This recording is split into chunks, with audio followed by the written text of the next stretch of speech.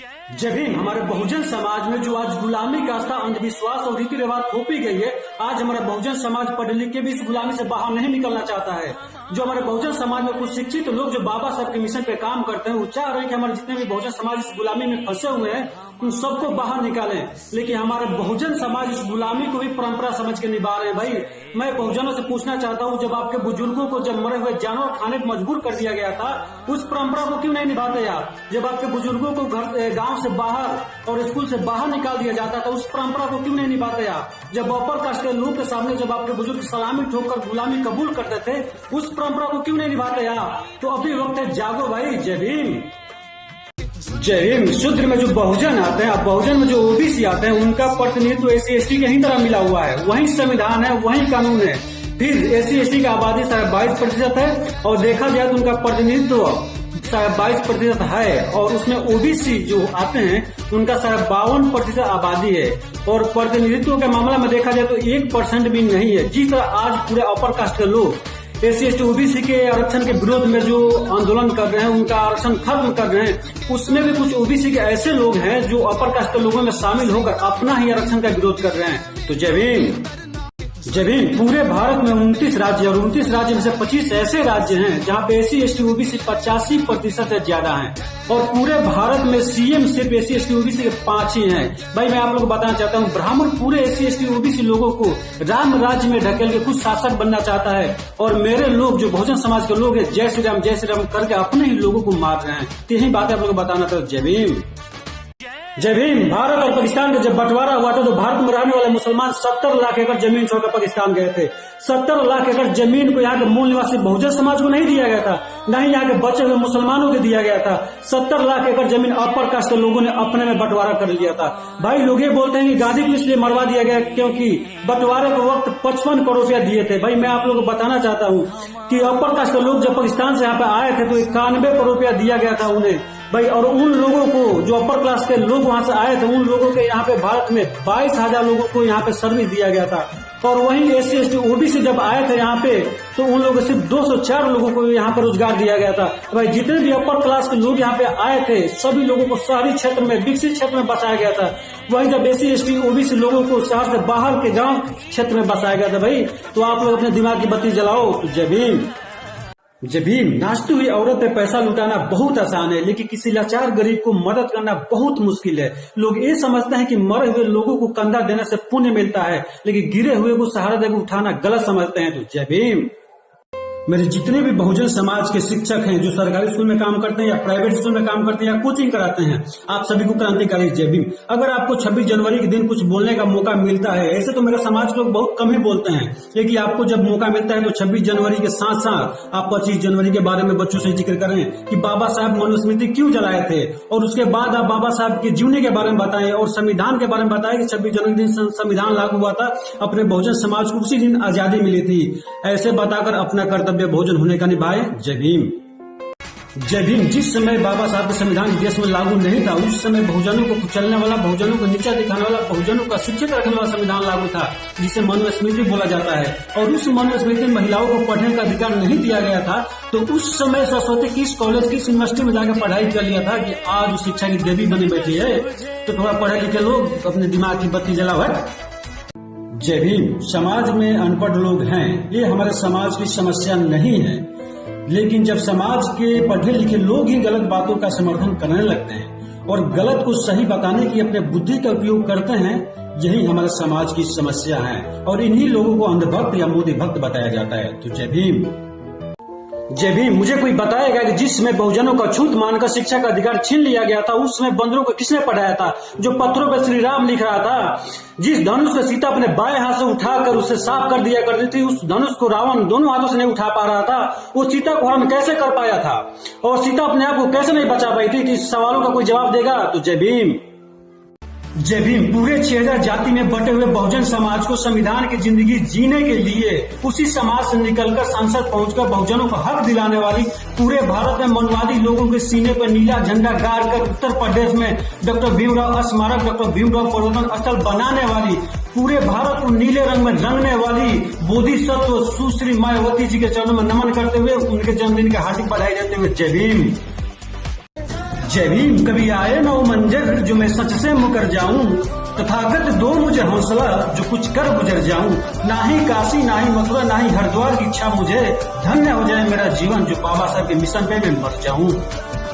जय भीम। नासिक इस देश में सिर्फ दो ही तरह के लोग समझ रहे हैं। पहला वो जिसके विरोध में उतर के रोड पे मनवादी सरकार के खिलाफ अपनी जान की बाजी लगा प्रोटेस्ट कर रहे हैं, और दूसरा वो जो मनवादी किस्म के लोग जो बहुजन समाज के यहाँ घूम कर ये बताने की कोशिश कर रहे हैं कि एनआरसी इस देश के लिए लाभदायक है। बाकी हमारे बहुजन समाज के लोग ये समझ रहे हैं कि नोटबंदी के जरिए से भी जेल लेंगे। सोचने वाली बात है, एक बाबा साहब विश्व रत्न बाबा साहब की मूर्ति इस देश में इन लोगों से बर्दाश्त नहीं हो रहा है, और इनके बनाए हुए 33 को देवी देवता हम अपने बच्चों को शिक्षित करने के लिए अपने घरों में बसाए हैं। तो जय भीम।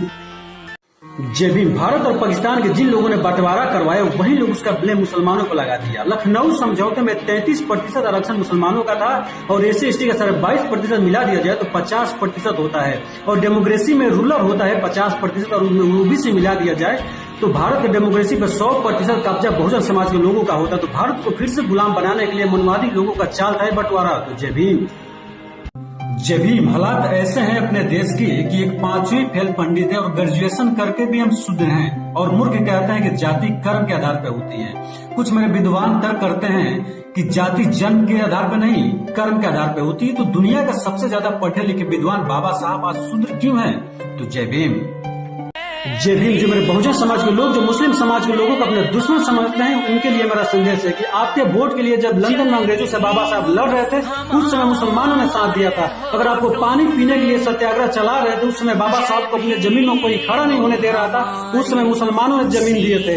अगर बाबा साहब को संविधान सभा में संविधान लिखने के लिए अगर कोई अपने लोग वोट नहीं दे रहे थे, उस समय 48% लोगों ने मुसलमान लोगों ने वोट देकर बाबा साहब को संविधान सभा में भेजा था।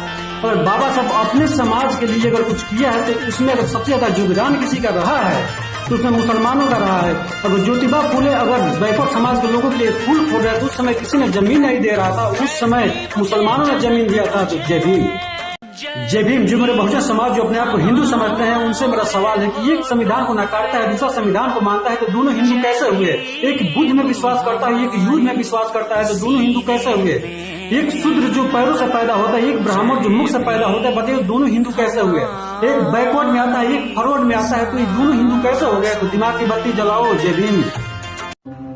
जय भीम। मगर 33 को देवी देवता मिलकर भी भेदभाव छुआछूत बलात्कार बेरोजगारी लाचारी नहीं रोक सकते, तो इन्हें पूछने से क्या फायदा है मूर्खों? जय भीम।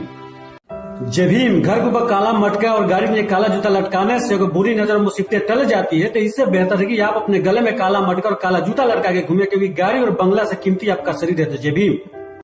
जय भीम। हमारे बहुजन समाज के लोगों को ये पता नहीं कि संविधान दिवस कब आने वाला है, बाबा साहब के जयंती कब आने वाला है, बाबा साहब के पुण्यतिथि कब आने वाला है, लेकिन सरस्वती पूजा कब आने वाला है इसे लिख कर रखे हुए हैं। जो इन्हें ठोकर मार के आगे निकल गए वही बाबा साहब विश्व रत्न काला है। जो इन्हें अपना बिजनेस बना के ठगने का काम करते हैं उनके बच्चे आज कॉलेज स्कूल में पढ़ रहे हैं, लेकिन हमारे बच्चे जो हमारे बहुजन समाज के बच्चे हैं वो इस पे डिस्कस कर रहे हैं कि सरस्वती पूजा कब मनाना है, और इसमें समय अपना बर्बाद कर रहे हैं। तो जय भीम। जय भीम। हमारे देश के विडंबना और मूर्खता ये है कि एक अनपढ़ ब्राह्मण भी बहुजन समाज के लोगों के यहाँ से भीख मांग कर भी अपने बच्चे को प्रोफेशनल स्कूल में पढ़ा लेते हैं, और हमारे बहुजन समाज के पढ़े लिखे लोग भी दिन रात मेहनत करके अपने बच्चों को सरकारी स्कूल में नहीं पढ़ा पाते हैं। तो जय भीम। जय भीम। बाबा साहब आखिरी सांस लेते वक्त भी अपने बहुजन समाज के लोगों से 3 बातें बताकर गए थे कि अगर आप ब्राह्मण को दान देते हो तो समझना कि आप एक सांप को दूध पिला रहे हो, वही सांप आपको डसेगा। अगर ब्राह्मण की इज्जत सम्मान करते हो तो वही आपकी इज्जत सम्मान साथ खेलेगा। अगर ब्राह्मण के बनाए हुए मंदिर में जाते हो तो समझना कि वो आपके घर में घुसकर आपके बच्चों को शिक्षित करेगा और ठगेगा, और हमारा बहुजन समाज के लोग उन बातों का अमल न करके आज उसका विपरीत जा रहे हैं। तो जय भीम। जय भीम। बाबा साहब की मूर्तियां पूजने से ज्यादा जरूरी है कि उनके साहित्य पे चिंतन करना और उनकी विचारधारा पे चलना, क्योंकि बाबा साहब मूर्तियों में नहीं बल्कि आपको अपनी किताबों में जरूर मिलेंगे। तो जय भीम। जय भीम। क्या आपको पता नहीं है कि बाबा साहब डॉक्टर भीमराव अम्बेडकर की बातों को अमल में लाने से समता स्वतंत्रता बंधुता और न्याय पे आधारित समता मूलक समाज का निर्माण होता है, जिससे हमारे बहुजन समाज को ब्राह्मणवादी व्यवस्था से आजादी मिलती है? अगर आपको पता है तो शेयर करें। जय भीम। जय भीम। किसी ने मुझसे पूछा कि कौन सी जाति से हो भाई? मैंने भी बोला कि तुम अपनी बता दो, तुम कौन से जाति से हो? उसने बोला कि हम ब्राह्मण है, करके बोला कि हम ब्राह्मण हैं। मैंने भी बोला कि हम शूद्र हैं। उसकी जगह ढीली हो गई, बोला कि शूद्र कौन से जाति में होता है, अपनी जाति बताओ। तुम्हें पता नहीं कि 4 वन बनाए गए हैं, ब्राह्मण क्षत्रिय वैश्य शूद्र? मैंने भी पूछ डाला कि भाई अपनी भी तो तुम जाति बताओ, तुम भी तो वन ही बताए हो, तुम तो ब्राह्मण वन है, अपनी भी जाति पहले पता करो तुम लोग की जाति क्या है। जय भीम। जय भीम। मूर्खता का इससे बड़ा कारण और क्या हो सकता है कि 15-20 साल पढ़ाई में खत्म करने के बाद भी हम एक 5वीं फेल ब्राह्मण की सलाह लेते हैं और मानते हैं। हमको क्या करना चाहिए क्या नहीं करना चाहिए इसका फैसला हम आखिर क्यों नहीं ले पाते हैं। मतलब आप इंजीनियर, डॉक्टर, आईएएस, पीसीएस, अभिनेता, नेता बनने के बाद भी आप अपने आप को इतना लायक नहीं बना पाए हो कि एक 5वीं फेल ब्राह्मण में है। आप अपने आप को इतना क्षमता और विकसित नहीं कर पाए हो कि एक 5वीं फेल ब्राह्मण में है। तो जय भीम। जय भीम। आप 15-20 लाख रुपया खर्च करके आप किसी ब्राह्मण से पूछते हो कि घर कब बनाना है। क्या आप दिमाग से पैदल हो? जो अपने घर का निर्माण करने के लिए खुद निर्णय नहीं ले सकता वो भी अपने आप को शिक्षित समझता है। और जब घर बनने की बारी आती है तभी उसे शुरुआत करने के लिए एक ब्राह्मण ही आएगा। और वैसे लोग बोलते हैं कि हम बाबा साहब के करवा को आगे बढ़ाएंगे। तो जय भीम। जय भीम। आपकी शिक्षा का पता तब चलता है जब आपके यहाँ एक बच्चे ने जन्म लिया और उसका नाम रखवाने के लिए आप एक 5वीं फेल ब्राह्मण के पास चले जाते हैं। इससे पता चलता है कि आपने सिर्फ किताबें पढ़ी है, शिक्षित नहीं हुए हैं। जय भीम। जय भीम। शिक्षा ये नहीं है कि आपको बता दिया जाए कि हरिश्चंद्र एक सत्यवादी राजा है और आपने उसे झट दे मान लिया, बल्कि शिक्षा ये है कि आपने उस पर सवाल उठा दिया कि वो सत्यवादी कैसे हो सकता है। एक सपने के आधार पर अपना सब कुछ एक ब्राह्मण को दान में दे देने वाला वो सिर्फ एक मूर्खता है। शिक्षा ये है कि कोई भी इंसान अपने बच्चे और पत्नी को बेचने वाला सत्यवादी नहीं हो सकता है। तो जय भीम। जय भीम। किसी भी व्यक्ति का शिक्षा का स्तर इससे नहीं मापा जा सकता कि उसने कितनी डिग्री हासिल कर ली है। किसी व्यक्ति का शिक्षा का स्तर इससे भी नहीं मापा जा सकता कि वो कितनी किताबें पढ़ी है। किसी व्यक्ति का शिक्षा का स्तर इससे पता चलता है कि अपनी स्वतंत्र सोच को कितना विकसित कर लिया है। जय भीम। जय भीम। अगर आपने किसी किताब में पढ़ा है कि किसी इंसान का हाथी का सिर हो सकता है और आपने इसे मान लिया तो आपकी शिक्षा का कोई मतलब या मूल्य नहीं है। अगर आपके शिक्षा का मतलब तब बनता है जब आपने उसमें सवाल उठा दिया कि ऐसा कैसे हो सकता है। तो जय भीम।